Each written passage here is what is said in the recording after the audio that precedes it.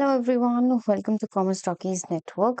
Guys, आज के इस वीडियो में हम एक क्वेश्चन डिस्कस करने वाले हैं जिसमें हमारा कॉल्स इन अरियर का टॉपिक होगा, plus interest on calls in arrear हमारा होगा। तो हम जर्नल एंट्रीज भी समझेंगे और किस तरीके से हमें अमाउंट कैलकुलेट करनी है हम वो भी क्लियर करेंगे। ठीक है, सबसे पहले क्वेश्चन रीड करके क्वेश्चन की इंफॉर्मेशन हम नोट डाउन कर लेते हैं। Satyam Computer issued 80,000 shares of 10 each payable at follows. So basically अगर ये हमारा 10 रुपीज का ईच है तो ये एप्लीकेशन पे 72 नहीं है। यहाँ पे इट माइट बी पॉसिबल कि कुछ एरर है। हम अभी देख लेंगे कि ये कितनी वैल्यू है। देखो, सेकंड कॉल पे 3 रुपीज है, फर्स्ट कॉल पे 2 रुपीज गिवन है, अलॉटमेंट पे 3, 3 3 6 और 2 8, इट मीन्स एप्लीकेशन पे ये हमारा 2 रुपीज है। Clear? Now, information is one shareholder did not pay first call on his 4,000 shares. So एक शेयर होल्डर के पास 4,000 शेयर्स हैं एंड उसने ये 2 रुपीज की पेमेंट नहीं की. It means this 8,000 will be considered as calls in arrear. Next, which he paid with interest 9% at the time of second and final call. So basically उसने ये amount with interest second call के time पे payment कर दी. Interest 9% हमें calculate करना है. Another shareholder did not pay final call on his 1,000 shares. अब now the next information is another shareholder जिसके पास 1,000 शेयर्स हैं, उसने सेकेंड कॉल की पेमेंट नहीं करी. 3,000 रुपीज की पेमेंट उसने नहीं की. राइट, अब देखो कि इंटरेस्ट कैलकुलेशन सिर्फ ये 8,000 वाले कॉल्स इन अरियर पे होगी, इस पे नहीं. ऐसा क्यों? क्योंकि क्वेश्चन में सिर्फ ये बोला लेट्स से ये पर्सन ए है और ये पर्सन बी है.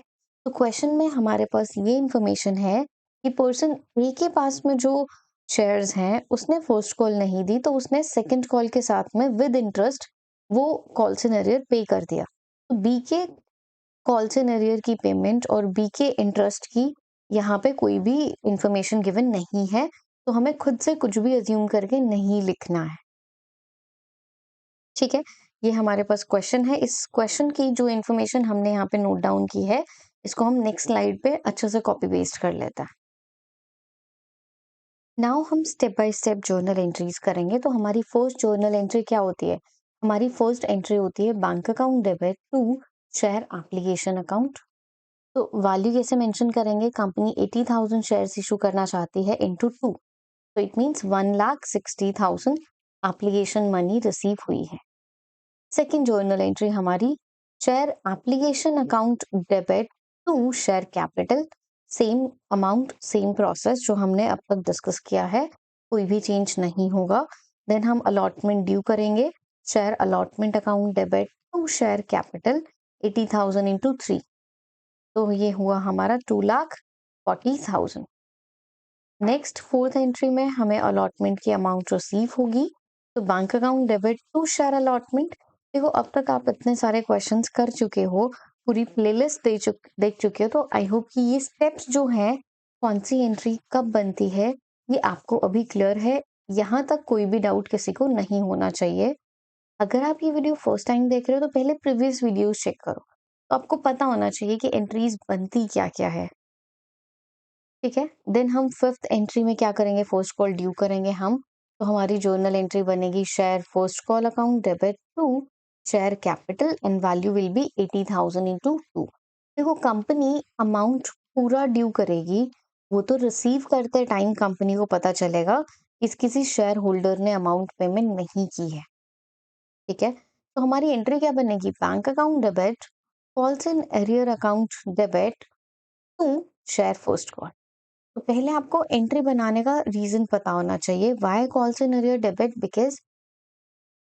बिकॉज कॉल्स इन अरियर की मनी कंपनी कलेक्ट करेगी, so that will be asset for the company. और एसेट जब भी हमारी अराइज होती है हम डेबिट करते हैं. क्लियर?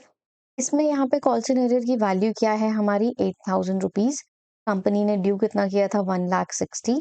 8,000 रिसीव नहीं हुआ, इट मीन्स कंपनी को 1,52,000 की अमाउंट यहाँ पे रिसीव हुई. यहाँ तक क्लियर है क्वेश्चन? देखो, ये तो सिंपल स्टेप्स है ना. जो हम प्रीवियस क्लासेस में, प्रीवियस वीडियोस में 1 बाय 1 करके हम कवर कर चुके हैं। इसके बाद कंपनी सेकंड कॉल ड्यू करेगी, share second call account debit to share capital. तो देखो यहाँ पे ड्यू करने वाली एंट्री में कॉल से नरियर नहीं आएगा, रिसीव करने वाली एंट्री में हमारा कॉल से नरियर आता है। तो 80,000 इंटू 3, 2,40,000 कंपनी ने ड्यू किया। अब हमें रिसीव की एंट्री पास करनी है, तो हम क्या एंट्री पास करेंगे? Bank account debit to share second call.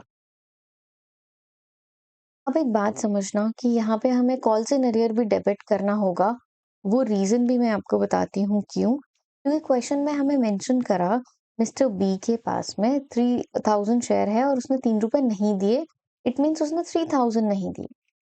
और ए के बारे में कहा है कि ए का जो 8,000 कॉल से नरियर था वो उसने सेकंड कॉल के साथ में पे कर दिया। तो ये हम एक अलग से एंट्री बनाएंगे ताकि आपको कंफ्यूजन ना हो।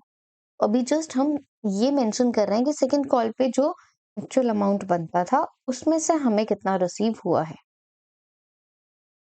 तो हमारा 2,40,000 की अमाउंट ड्यू थी। मिस्टर बी ने 3,000 रुपीज नहीं दिए। इट मीन्स कंपनी को 2,37,000 की अमाउंट रिसीव हो गई सेकंड कॉल के नाम की।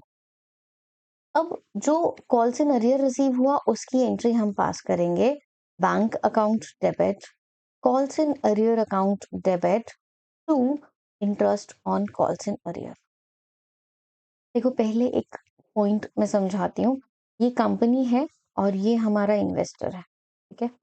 इन्वेस्टर को कुछ अमाउंट पे करनी थी, जो भी पर्टिकुलर डेट है, और इन्वेस्टर वो मनी ऑन डेट पेमेंट नहीं कर पा रहा है, तो कंपनी इंटरेस्ट चार्ज करेगी। तो बेसिकली इन्वेस्टर को हम ये कहें कि इंटरेस्ट पे करना पड़ेगा, तो कंपनी को ये interest on calls in arrear की अमाउंट रिसीव होगी, राइट। तो कंपनी को अगर ये रिसीव होती है तो कहीं ना कहीं कंपनी के लिए तो बेनिफिट है। तो हमारा नॉमिनल अकाउंट का रूल क्या कहता है? नॉमिनल अकाउंट का रूल हमारा कहता है debit the all expenses and losses, credit the all income and gain. तो इसका मतलब ये जो इंटरेस्ट ऑन, देखो यहाँ पे स्पेसिफिकली मेंशन करना, interest on calls in arrear की बात हो रही है, ना कि एडवांस के इंटरेस्ट की। तो यहाँ पे ये कंपनी ये जो इंटरेस्ट है वो चार्ज कर रही है इन्वेस्टर से। इट मींस कंपनी ये मनी कलेक्ट कर रही है इन्वेस्टर से, तो कंपनी के लिए इनकम है। दैट इज वाई जब भी इंटरेस्ट रिसीव होता है कंपनी उसको क्रेडिट करती है। तो कंपनी ने क्या जर्नल एंट्री बनाई? देखो, बैंक अकाउंट डेबिट, जो कॉल से नरियर की अमाउंट हमें रिसीव हुई वो या तो हम सेकंड कॉल की रिसीव होती वहां पे हम क्रेडिट कर देते, या फिर आप सेपरेट एंट्री बना लो इंटरेस्ट ऑन कॉल से नरियर, ठीक है। जर्नल एंट्री में कॉल से नरियर था 8,000 रुपीज, क्योंकि मिस्टर ए ने सब फर्स्ट कॉल की पेमेंट नहीं की थी। अब उसकी इंटरेस्ट कैलकुलेशन करता है। तो देखो इंटरेस्ट कैलकुलेशन के लिए एक फॉर्मूला होता है, the amount of calls in arrear into rate by 100 into number of months by 12। तो 8,000 इनटू रेट, लेट्स सी हमारे पास क्वेश्चन में 9% की रेट गिवन है, that is 9/100। Number of months अगर हम कंसिडर करें तो नंबर ऑफ मंथ्स हमारे पास गिवन थे। कैसे कैलकुलेट करना है नंबर ऑफ मंथ्स? देखो, इसने क्या कहा था कि इंस्टॉलमेंट जो पेमेंट नहीं हुई वो फर्स्ट कॉल पेमेंट नहीं हुई। यहाँ पे कहा ये जो फर्स्ट कॉल थी ये अलॉटमेंट के बाद 2 मंथ्स ड्यू थी, और फर्स्ट कॉल के बाद सेकंड कॉल 1 मंथ के बाद है। जैसे कि अगर हम सिंपल लैंग्वेज में समझें, मान लो कि हमारी फर्स्ट कॉल 1 फेब को ड्यू होती है, तो उसके बाद जो हमारी सेकंड कॉल होगी वो 1 मार्च को होगी। इस 1 फेब को इन्वेस्टर को 8,000 रुपीज पे करना था, बट इन्वेस्टर ने पेमेंट नहीं की। वो 8,000 की रुपीज इन्वेस्टर ने 1 मार्च को पे करी। मतलब यही हुआ। तो मतलब उसने 1 मंथ डिले किया, तो वो बेसिकली 1 मंथ का इंटरेस्ट पे करेगा। यहाँ पे जब हम इंटरेस्ट कैलकुलेट करेंगे so that will be this, ठीक है। इसको हम सॉल्व कर लेते हैं। ये हमारा 3 से डिडक्ट हो जाएगा, ये हमारा 20 से चला गया, 60 रुपीज़ हमारी इंटरेस्ट कैलकुलेशन हुई ऑन द टोटल वैल्यू जो भी रिसीव होगी कंपनी को 8060। सो ये है हमारी कैलकुलेशन। अब इसको ना आप सेकंड कॉल वाली जर्नल एंट्री के साथ भी मर्ज कर सकते थे, बट मैं आपको कहूंगी कि आप मर्ज मत कीजिए। जब आप कॉल सिनेरियो और इंटरेस्ट दोनों एक साथ पे कर रहे हो तो आप एक सेपरेट एंट्री बनाइए, बिकॉज फिर वो सेकंड कॉल की रिसीव करने वाली एंट्री में कुछ भी खिचड़ी नहीं बनेगी, आपका प्रॉपरली पूरा क्लियर रहेगा। अब हम बात करें कि ये एंट्री बनने के रीजन है। देखो, जब कंपनी इंटरेस्ट ड्यू करती है, अभी तो ये रिसीव हो गया, जब कंपनी ड्यू करेगी तो हमारी क्या एंट्री बनेगी? कंपनी के लिए ये इंटरेस्ट इनकम है, right? Interest on calls in arrear. तो यहाँ पे एंट्री बनती है share holders account debit to interest on calls in arrear. और जब ये कंपनी को मनी रिसीव होती है तो कंपनी एंट्री बनाती है bank account debit to share holder account. ठीक है।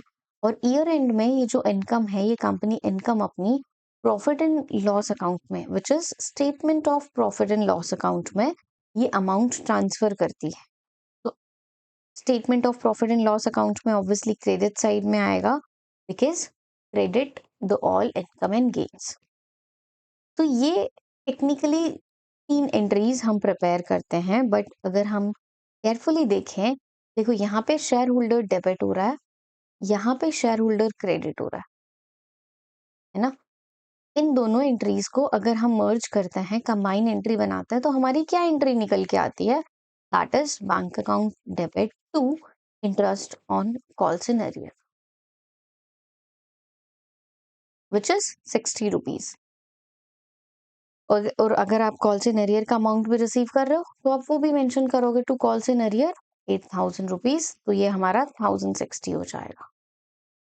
और ये जो वैल्यू है interest on calls in arrear to statement of profit and loss account, ये हम ईयर एंड पे जब अपने अकाउंट्स प्रिपेयर करते हैं ऑन 31 मार्च, देन ये आप एंट्री पास करते हो। ठीक है। इंटरेस्ट की एंट्रीज आपको ध्यान से देखनी है। नेक्स्ट क्लास में हम interest calls in arrear, calls in advance, दोनों के इंटरेस्ट को डिटेल में समझेंगे। अभी क्लियर है यहाँ पे?